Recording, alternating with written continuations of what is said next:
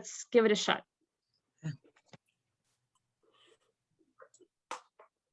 Are you all set with recording? Yep. All right. Hi, everyone. My name is Luba.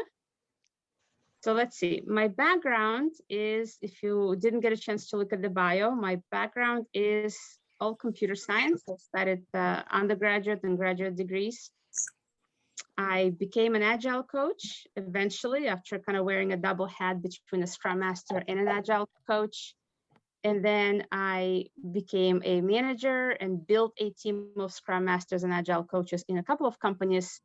And then I became a consultant in Apex. Now,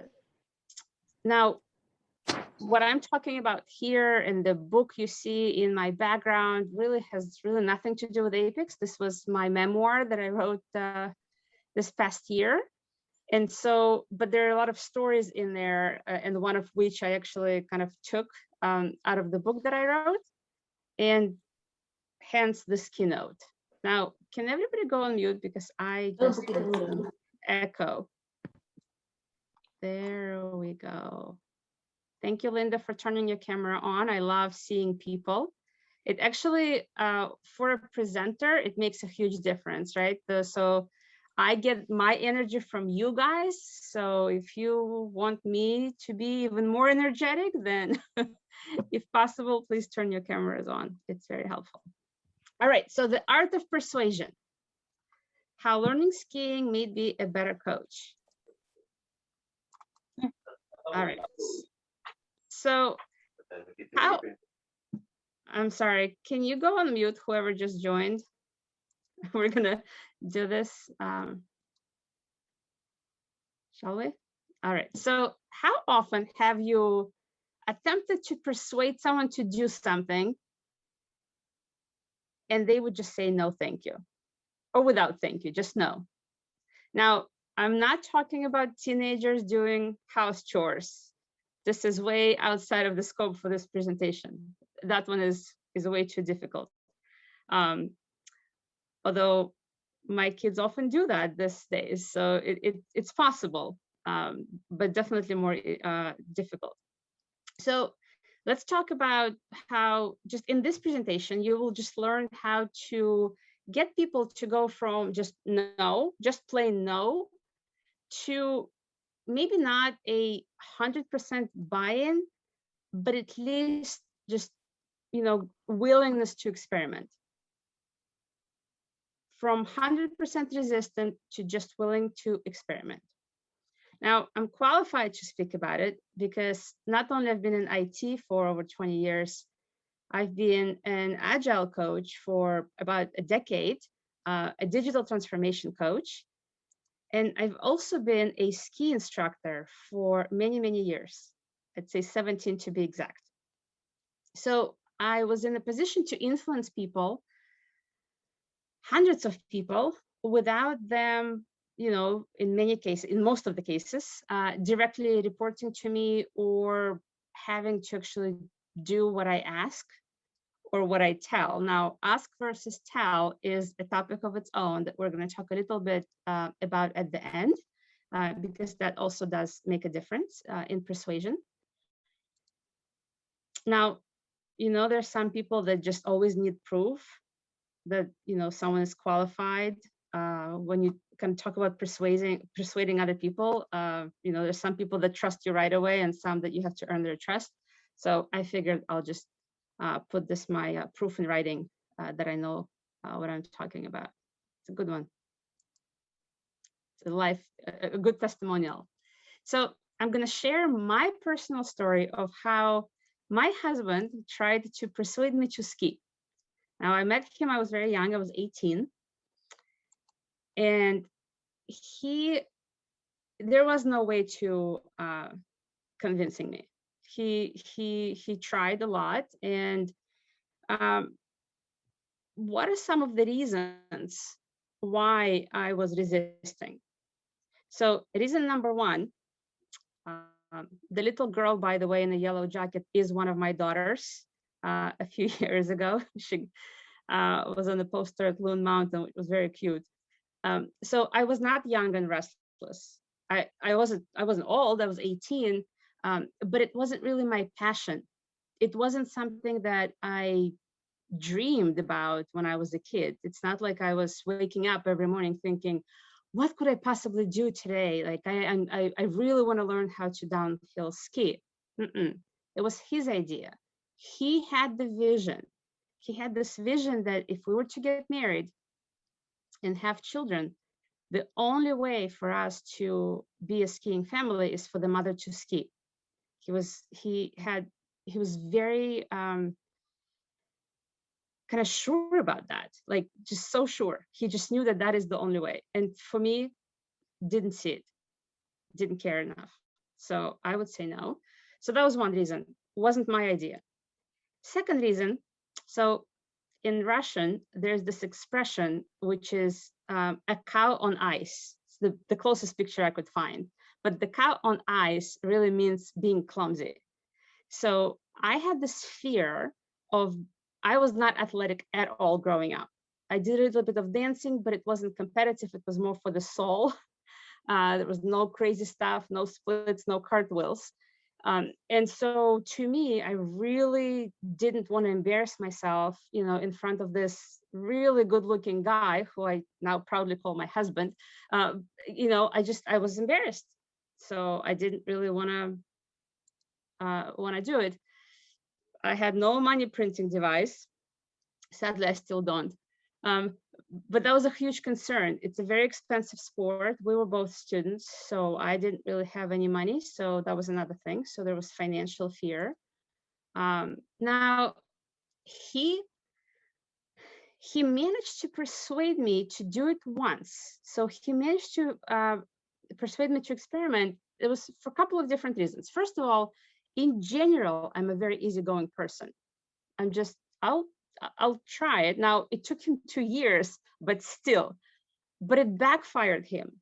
And it backfired him because now I had this tool to use where he would say, let's give it a shot. Let's try it again. And I would say, I tried it. It didn't work. Sound familiar in the corporate world? We tried it. So agile transformation or anything else, tried it, didn't work. So then I could use that. And that little progress that was made, it backfired because I had this expectation, I had this assumption that based on everything that he communicated, everything that he told me about the sport, and I've watched him do it, and it looked so easy when he did it, I kind of imagined myself like looking like this cool, like this picture. But in reality, this is what I looked like. The second we got off the chairlift, before he was even able to tell me what I'm supposed to do with my skis, tips together, heels apart, none of that. I went down, I was black and blue that night. It was horrible. I was in a lot of pain. I did embarrass myself. And so that was one of the things I tried, no thank you, not anymore. So expectation versus reality. There was a little bit of trouble there. So what was really the main problem in that particular scenario that I shared? Were all the reasons behind my resistance understood? So empathy contributes to trust. Now, I cannot say that I didn't trust my husband. We could dive in and kind of break it down what that means. But if we just look at the very simple picture here and we look at the 4 elements of empathy, did he understand my feelings about my fear of embarrassing myself in front of him? Probably not. Did he see my world? He understood a small portion. So he understood the financial worry, and hence he actually was the one who rented that pair of skis for me for the very first time. But he also didn't have much money, so he tried to teach himself, which did not work very well. And did he judge me? I don't think he judged me. Maybe he did. He was smart enough not to show it at the time, so I didn't feel judged. But he didn't really communicate his understanding of my feelings and my fears, because he couldn't really understand, because it came so easy to him. It was so it just came to him. He watched somebody ski. He came for the first time. He watched somebody, he got on skis and he went. And he was also able to teach a couple of his friends that were also very athletic. So for him, he couldn't understand, why is it so difficult for me to push myself up from the snow? What's the big deal? Just get up. I can't get up. My skis are not moving. Just get up. Just push yourself up. Couldn't understand it at all. So there was lack of empathy. There was lack of compassion, but also, say there was empathy and say he understood my world, he didn't have the skills to take something large, something, unachievable in someone's mind, and break it down into small enough chunks that are consumable. So that learning journey that we do when we teach people how to ski, now I can talk about it intelligently. We did at some point, probably a different keynote, but I'll just say it. We did eventually take a lot of lessons with my husband to become ski instructors, both of us later on, but that's a different story. So when you're a ski instructor and someone comes to you, now the fear is more visible. People are not as shy, I guess, to show the fear in that context. People don't necessarily show fear much in the corporate world. So if you try to persuade people to do something, they, have fears that are not as visible. So having the skills to break a task down into small, achievable, non-scary tasks is huge. So if you think about, learning how to ski, when someone comes to me and the first thing I say goes back to understanding their world. Now, I don't know them, so I don't have a one-on-one for 30 minutes or an hour to have a conversation and ask questions. I can now tell by the body language and by the fear in the eyes, actually, it's very visible. The first thing I say when people come to take ski lessons is, and if they haven't skied before, I will say, the first thing we're gonna do is we're gonna learn how to walk on skis and stop before we're even gonna go to the magic carpet, to the little bunny hill that's for learning. Before we even go there, which is like the lowest, easiest thing you can go to, we're gonna first learn on the flat how to stop. And immediately you can see that, people feel a lot more comfortable. So skill is extremely important to create that learning journey, whether you are teaching someone how to ski or whether you are embracing a large digital transformation in a large company. So if we, so what was the solution? How did my husband actually get me to ski? Number one, he actually brought me into the solutioning. As far as, what's in it for me, because I didn't really care much. By that point, we were together for quite a few years, and I cannot say that don't tell him. I was not 100% sure that I was going to marry him, but I had a pretty good idea that there's something in there. And because it was so important to him, I was going to do it for him at that particular moment. Now, he brought me into the solution and he said, what can we do to make it happen? Obviously, it didn't work last time. What can we do differently? And I remember the one thing that I told him, which was, I'm 21, by the way, on this picture, it was quite a few years ago. The one thing I told him, I said, well, in addition to me not being athletic and just like falling all the time and not knowing exactly what to do, the $5 pair of ski pants that we got at Walmart, and like I felt like I was wearing diapers, like I didn't feel good, like it was just like horrible, uncomfortable. And so in addition to all the other things, and for my 21st birthday, he gave me this beautiful red suit. Now, I tried to persuade him to allow me to just wear this suit and not learn how to ski. but that did not fly. Didn't quite do the trick. So, but then in addition to this suit, he got me, and I remember it because it was still a big sum of money, but in comparison, it was $35 for a group lesson with a ski instructor. And either it was Super Bowl Sunday, or I don't remember what it was, but there were very few people on the mountain and nobody else showed up. So I had a 3-hour private lesson with a ski instructor that absolutely changed my perception of the sport. I did not fall once. Like you don't have to fall when you learn how to ski. It doesn't have to be scary, whether you're learning how to ski or racing, digital transformation. It doesn't have to be painful. Now, often it is painful when the journey isn't broken down enough into smaller, achievable, non-scary chunks. And when you're just kind of trying to wing it yourself, that might also not be as, I guess, less painful than it could be. And so that was that.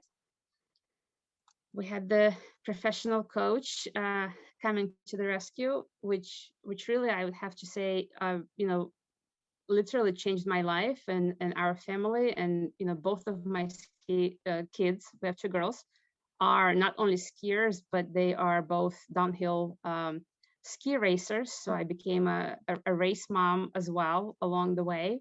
And we spend our winters doing this, amazing sport that, even though my husband had a vision of it being, amazing for the future, I didn't back then, but I can see it. I can see it now.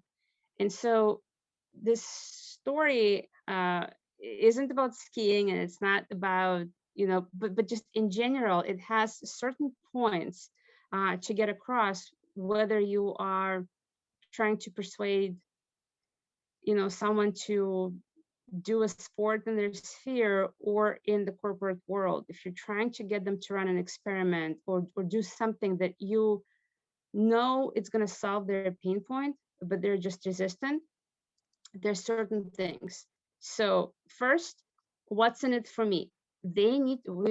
Unfortunately, we're very selfish people in general. Even if the non-selfish ones are somewhat selfish, we need to understand how something will benefit us, whether we are willing to admit it or not.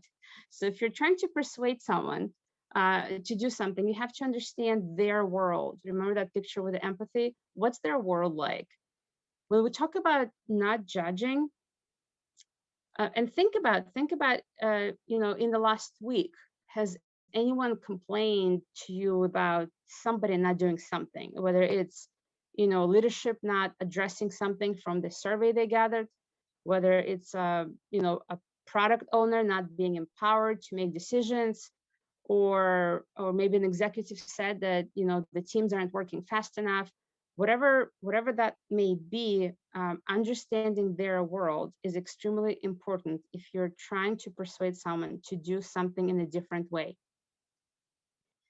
Why should they care? What's in it for them? Including people in the solutioning. When we talk about accountability, when we talk about trying to get people to actually get something done, feel accountable for it, and this is where the asking versus telling comes into the picture as well. If you think about, someone just telling you what to do, even if they're your boss and you report to them and you feel like you kind of have no choice, how invested are you going to be in that particular solutioning? Now, it takes longer to include people in the solutioning, and it's a different keynote on decision making, and at some point, like, there has to be a deadline and someone has to really make a decision. You don't want to get into the paralysis, but getting people to solution with you, even if you think that you know what the best thing is, will get you there faster, actually. So understanding their world, communicate the understanding. If you have conversations and you'll discuss about their pain points, it's very important to let them know that you understand their pain points. It's important for them to understand that they're heard, that you see their perspective, And so it will just create an opportunity for a better conversation, even for you to have the opportunity to persuade someone to do something. Address their concerns, don't judge. You have to have the skills as well. So just pointing something out that, a pain point or something that's not working, like that's great. But having the skills to kind of break it down into consumable learning journey goes a long way. Obviously, getting professional help is always a good thing to do. Just looking at the time we have. So what else works well? Now, ideally, I would pause here and I would ask you before I showed this slide, but let us kind of get through it so we have this keynote recorded, and then we'll open up for a discussion.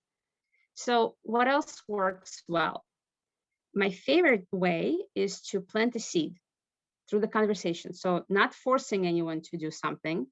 Now, I did put the clock here for a reason.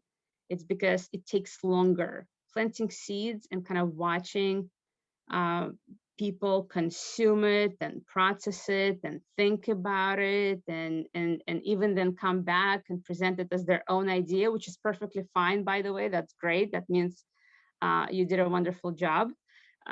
It takes time. And so in corporations, we don't always have that luxury of the time, especially if, depending on how you coach and how you transform, there are multiple ways to kind of to do it. So planting a seed is always good.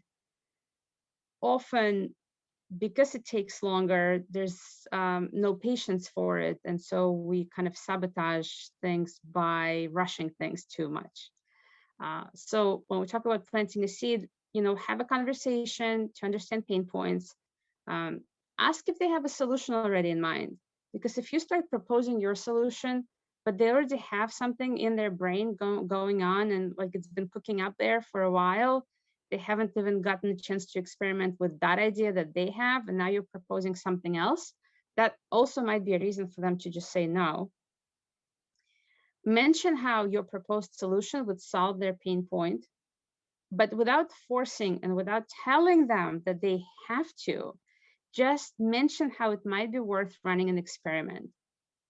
So often people resist, and I'm talking about different levels of the organization. So at this point, for years, I've worked with teams, I've worked with executives. It doesn't matter. It's actually applicable on all the levels. It could be that on teams, you're trying to persuade team members to experiment with planning poker, to estimate work, or with executives, you might want to persuade them to use OKRs, objectives and key results, so that all the work is aligned to a larger goal. It doesn't matter what that is.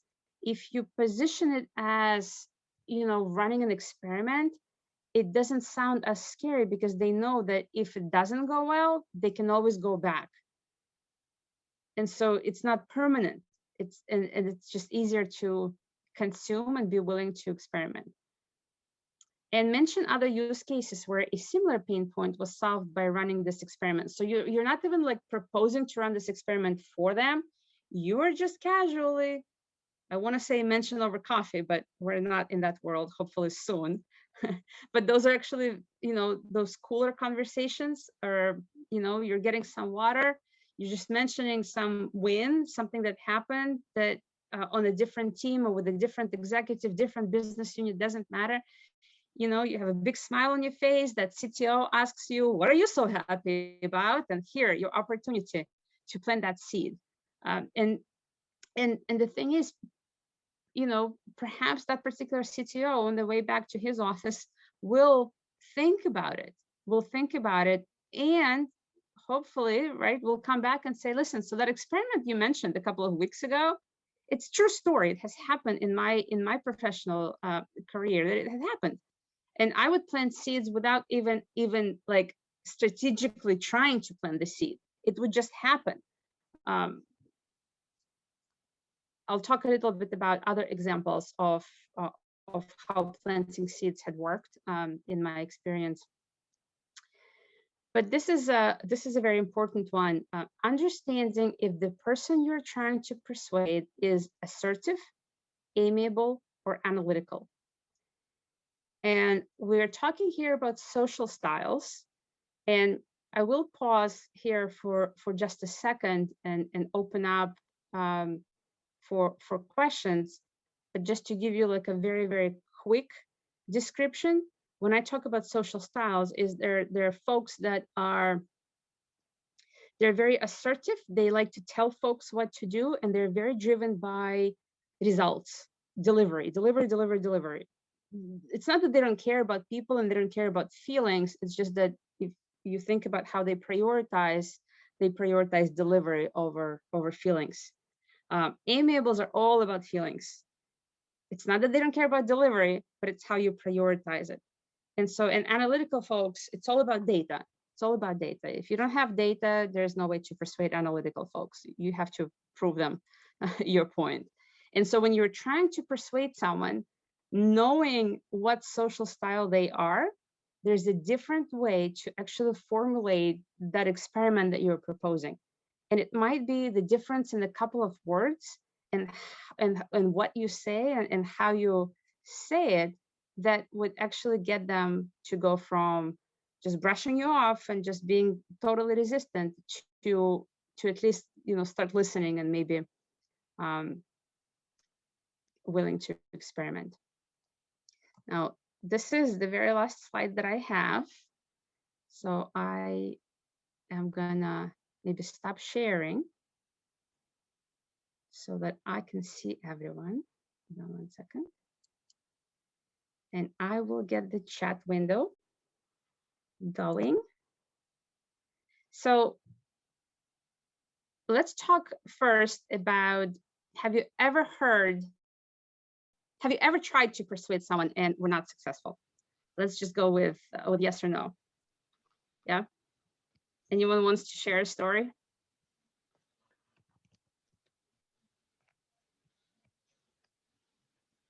Linda, can I put you on the spot? You, of course you can, Luba. So I think that obviously customers are the most challenging to persuade to approach a situation. And I loved the way you talked about having an awareness of what type of personality they are. So when you're approaching them, you approach it in a way that is most comfortable for them. So I love numbers, I love data. I'm one of those people who wants to get it done on time and budget. And it took me a long time to realize that I have to craft my approach to different people in order to get them to do what I want. Took me way too long to figure that out. So that was really interesting. That's great, thank you.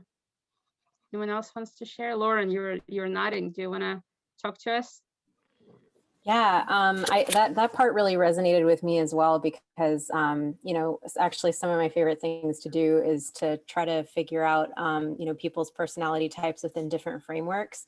So I've used frameworks like the Enneagram or the Gretchen Rubin's 4 tendencies or the DISC profile to try to understand where people are coming from and why, you know, they might be reacting a certain way, or you know, why they might need a little bit more information before making a decision, or, you know, committing to something that someone is asking them to do.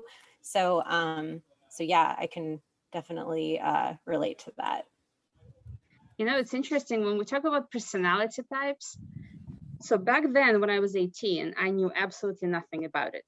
And I would say probably only 5 years ago or so, I learned at a large conference. It was a leadership offsite with over 100 people, 120 to be exact, of you know, directors, VPs, C-level executives. Anyone who had at least one direct report was at that leadership offsite for a large company. And we had this consultant, you know, break us up in 4 different corners. And so we had to kind of guess what we are, and then, you know, look across from the social style that was very opposite from us, And he asked the question, he said, do you recall having any kind of conflict with any person?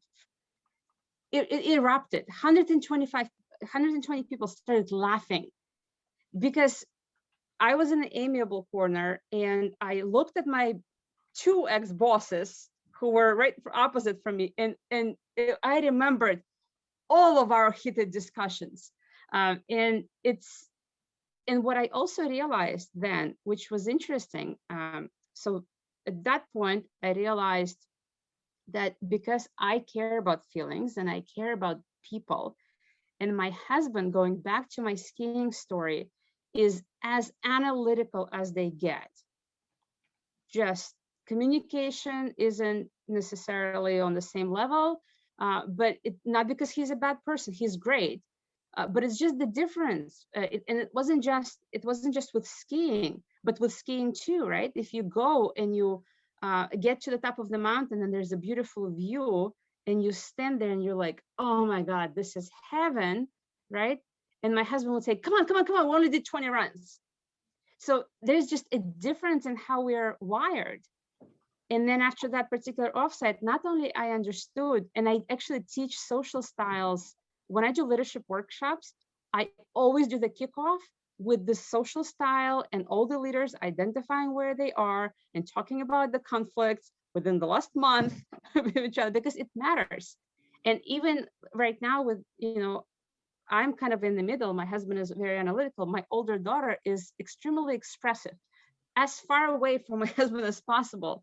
So when we talk about, persuasion, even to persuade him to persuade her to do homework, or her to persuade him to actually use a not so much nicer language, but the language that is consumable to her, and to him it's like, just do what I say, right?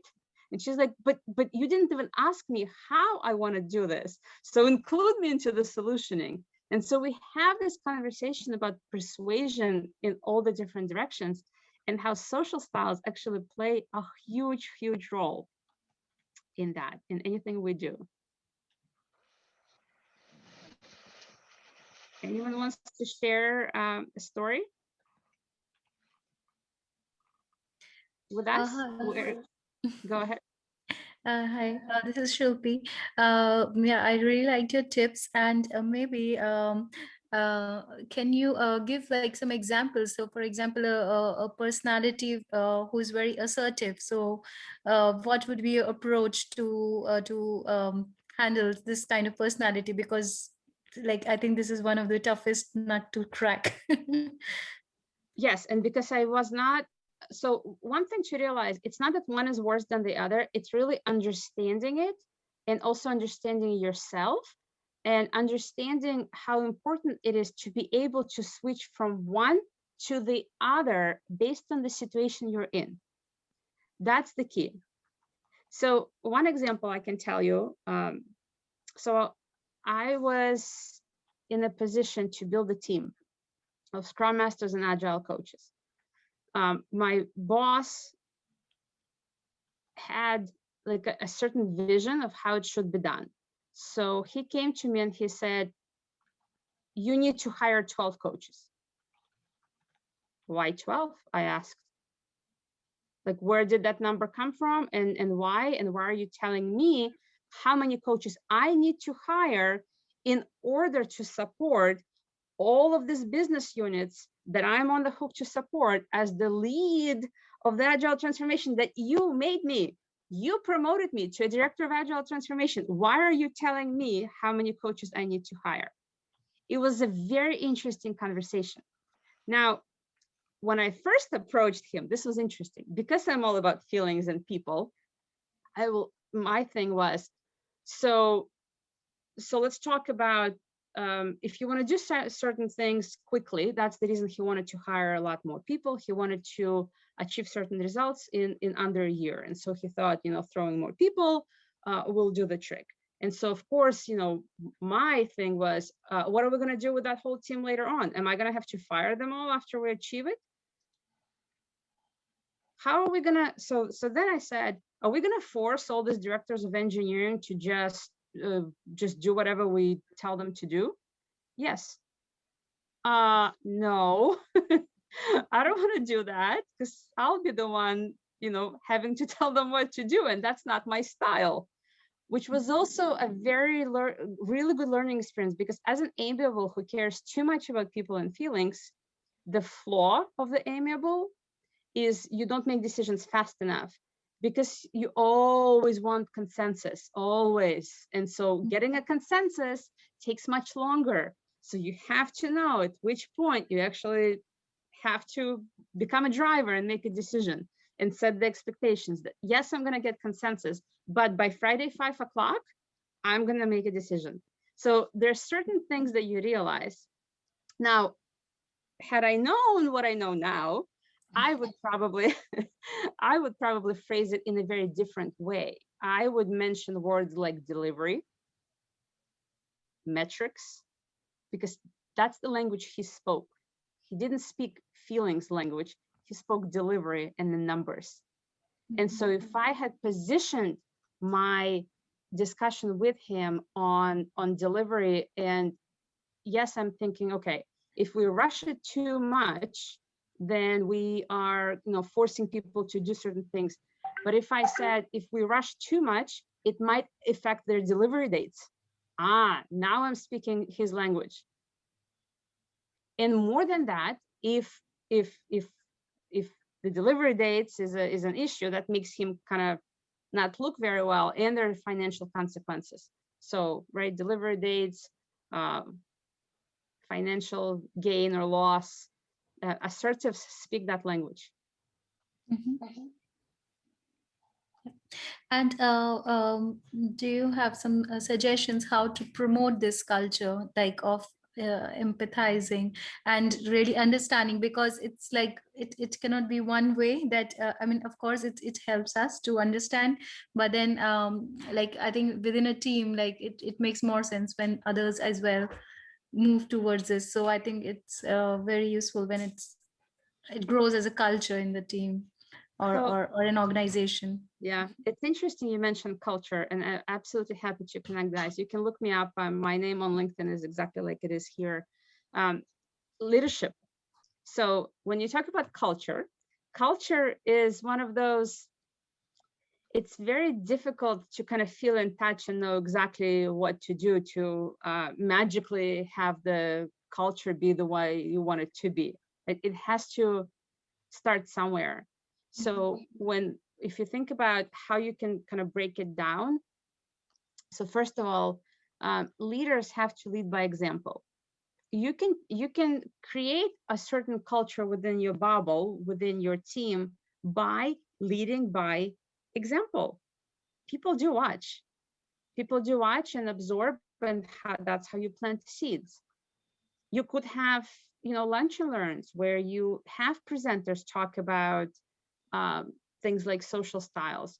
You can propose actually to have, maybe, again, depend on like what level of the organization. It's nice if it starts at the very top. One of my last engagements was absolutely wonderful because we were brought in Apex. So I work as a digital transformation coach, but with Apex consulting firm, we go in as a team of experts of all levels. You have UX designers, you have architects, you have agile coaches, executive coaches, whatever it takes, whatever, to solve the pain points of this particular client. And sometimes like you're brought in, by a VP, and then you can only do so much till you build those relationships. But if you're brought in by the C-level executive or someone who is very high up, it's fascinating. That particular engagement, will always kind of stay close in my heart. We started with this highest level executive, and we pitched this idea for leadership training, and it had 4 different modules. First was communication and collaboration. We did a kickoff, social styles. Now that they understood the reasons behind some of their conflicts, now we're talking about, senior VPs, executive VPs, so very high up guys. There were 9 of them. So when they had this conversation with them, there were 3 other modules. So first of all, competency. competencies, you gotta have the skills.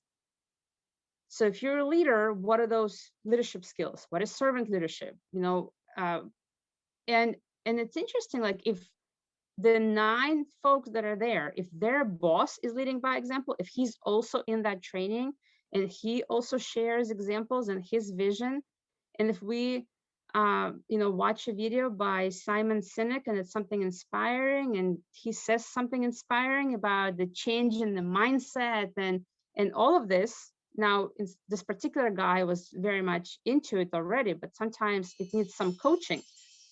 So if you coach the highest, you know, leader in the organization, and then he can say something amazing and hopefully not just say it, but mean it to his 9 direct reports, then what we did, so collaboration, communication, competency, what did we talk about? There was a module about like measuring, like how do you actually measure the success and what you're doing. There was servant leadership, there was training on decision making, there was training on empowerment, and decision making and empowerment. It's extremely important to have those sessions within the same business unit, meaning, you know, leader, their direct report, their direct report, and their direct reports. It's the vertical. And we ask questions, you know, what does empowerment mean? What decisions are you making by yourself versus which decisions are you consulting with someone? Which decisions are your people empowered to do by themselves? Because you can't just empower and expect people to be empowered, right? There's still fear to do something wrong that you're not supposed to do. And so then with each of the leaders, we did it with their business units. And so it just went like this. And the types of discussions we had, and now in each, you know, everyone's manager and maybe even manager's manager was in there to, you know, inspire and lead by example and share certain things from, you know, their experience and what they learned. And it wasn't just one time and done. We actually spread it out where 1 month from that particular point, we went back and they knew that they were going to be on the hook to actually do homework. And they were going to be on the hook to provide examples of what they had practiced as far as decision-making, empowerment, servant leadership. And they knew that in a month, they were going to be on the hook to share with everyone what they had actually done, what went well, what didn't go well. And so to me, that was probably the only engagement where when it was time for me to leave and for my coworkers to leave, we all felt good. You know, that feeling where you kind of worked yourself out of a job and you actually taught them how to fish and you didn't fish for them, like you really taught them. It was so satisfying. And I have to say, unfortunately, we don't always get to feel that. Because you can, you know, do a breakthrough here and there, but not on such a scale and just an overall, as far as the culture change in the organization. That was probably a very long answer. But it was very nice. Thank you. Anything else? We still have 10-15 minutes, right?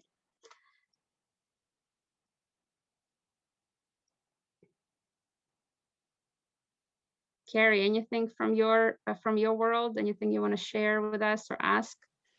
I was just thinking, you're talking about the amiable personality. What do you do when you have multiple people that have the same? I know you said like set a deadline for making a decision, because I think that's where I struggle on my team is a lot of us have the same personalities and we do care about each other's feelings. And sometimes that gets in the way of moving forward and putting a stake in it, you know, and just, so do you have any suggestions for that? So absolutely, this is interesting. So because I've done this exercise on social styles with now, I would say probably hundreds of, I definitely hit the 100. I don't know, I stopped counting at some point. And like it's with different folks. Sometimes it's on a team, sometimes it's with executives, sometimes it doesn't, right? In many different clients too.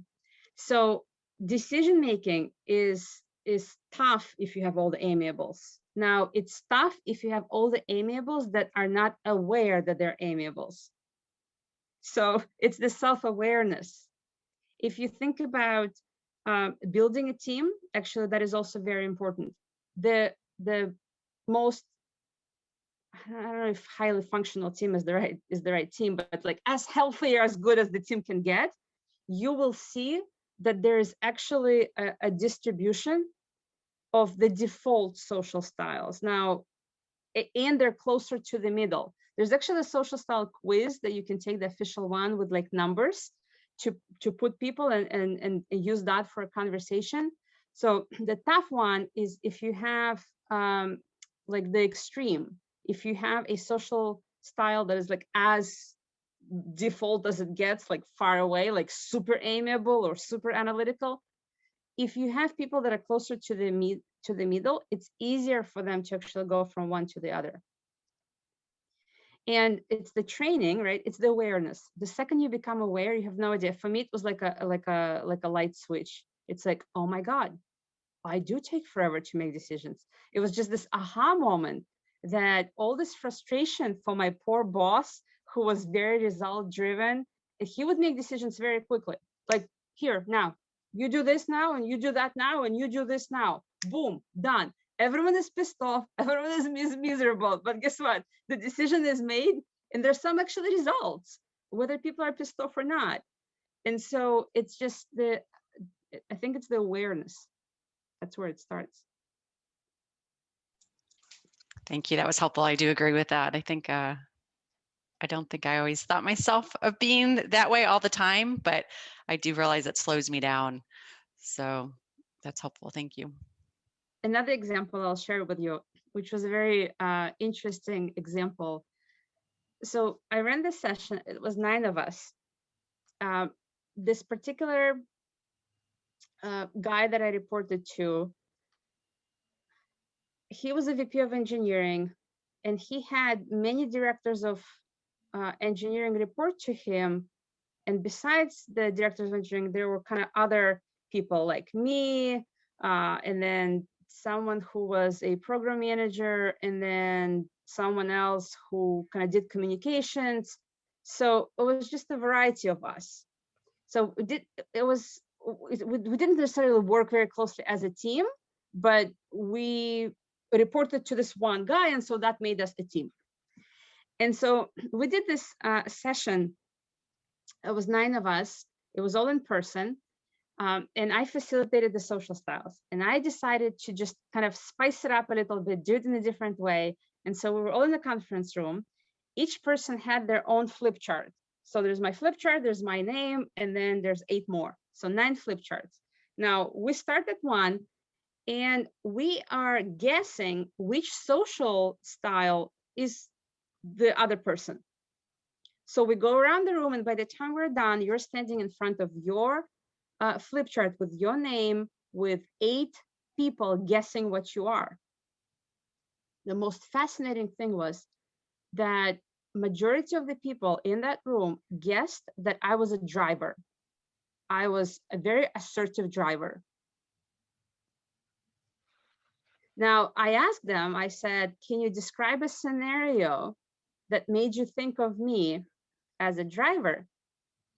And it turned out that most of them who guessed me as a driver, they had truly only seen me in one particular case, when I facilitated 100 people program increment planning.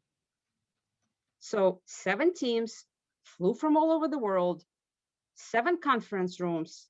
Was I amiable? No. I had that mic. I was telling them what to do, where to be. I was not thinking about hurting anyone's feelings. If I say 11 o'clock sharp, you guys are all here, please be here. And after, it was a 3-day event. It was very exhausting. It was like 10, 14 hours, right? If you guys haven't participated, it's in the conference room. You have walls with sticky notes and epics and initiatives and user stories and teams working together. And there's a very, very tight agenda because it's a very expensive event. People flew from all over. We had people fly from Russia, from India.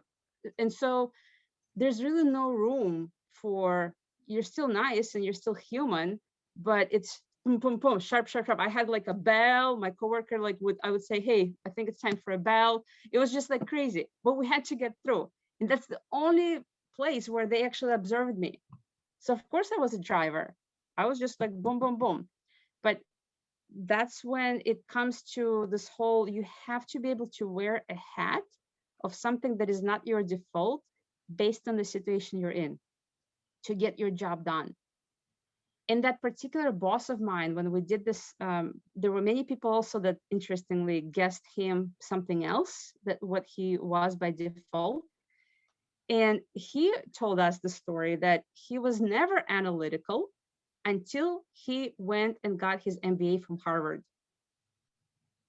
That degree completely not messed with his head. I mean, he liked being analytical, but it's, as you know, as a VP of engineering, you do have a lot of data that you have to process and make decisions based on data. And so he was extremely analytical, but not by default. And that's what people guessed. And he would share a story how he changed over the years based on his education and then his job. So that was also interesting. We can change if we want to.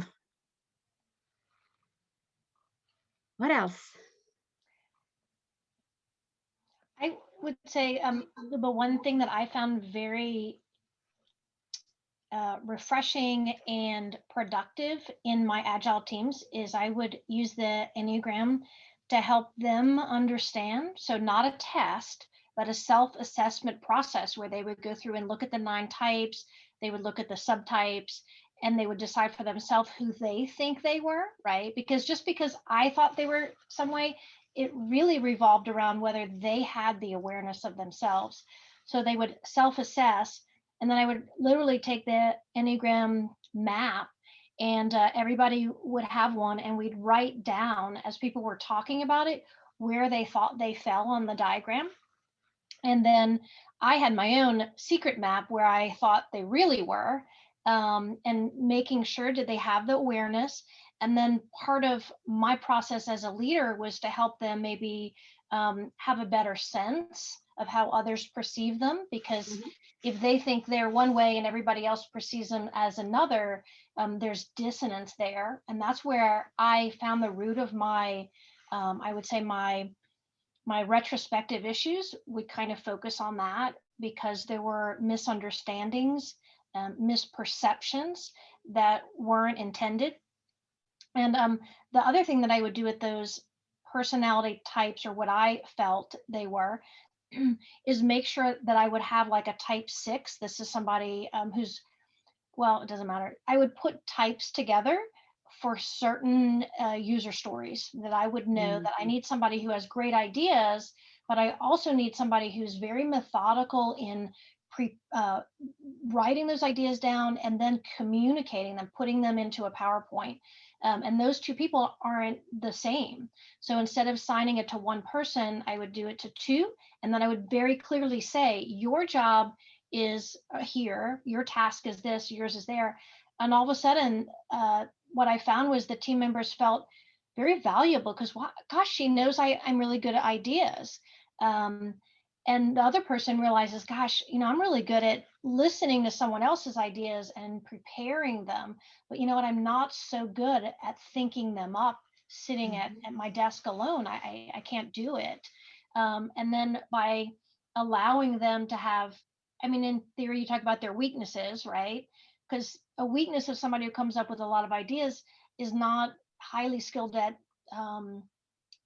describing them or even remembering them, because they'll come to a meeting and disrupt my meeting with all these crazy thoughts, which are awesome, but I'm irritated because I'm a 3. I want to get it done. Yeah. And you're telling me all these awesome things that we should be thinking about.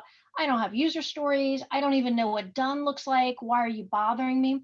So by eliminating that dissonance in the team and with myself, to kind of compartmentalize, to say, hey, we need a lot of ideas on this, guys. And go put your thoughts around that and then bring it back to the team. I just saw teams move from okay to high performing in really short amount of time. And then I would use retrospectives to talk about what we're doing, but then I would reserve a time to say how are we doing it? What's irritating you? What's pulling you down from how we're interacting? I remember one where it was extremely honest that interrupting people when they're talking, and it was me. And I was so passionate, excited what they were saying that I would stop the flow of the idea, because I would want to write it down. Let's open a user story. Let's go into this. So by having that visibility in myself to realize, just let them talk, explain it. I think I already understand it. I want to do it, but maybe I don't get it. And so that was a takeaway that we actually put on our next sprint, was to talk about, we need to alert not to interrupt. And then we started to even have a signal, because I was so poor at it, to say, you're interrupting. Be like, oh gosh, I'm sorry, right? But it's that immediate feedback that we gave to each other as a team for something was highly valued by that team. There's a trick for that, if you have a bottle of water, and for the assertives, actually, they do talk a lot, and they like to talk, right? So in the leadership training, there's a trick. We talked about, counting to 10, but every time you actually want to interrupt and say something, first take a sip of water. And by the time you took a sip of water, if you think you still want to interrupt, okay, you can maybe do it nicely and see how you can insert yourself, but kind of control that trigger. But people do become less judgmental when they understand that people are different styles, right? So even someone who understands your style would be less judgmental of you interrupting, knowing that, yes, like you're trying, but by default, like that's just your way. It comes from like the best intent. You don't mean to. So it's always a good thing to do. All right, thank you so much for sharing. Okay, we got 3 more minutes. I don't know if we have time to like get into something big, but maybe the last minute.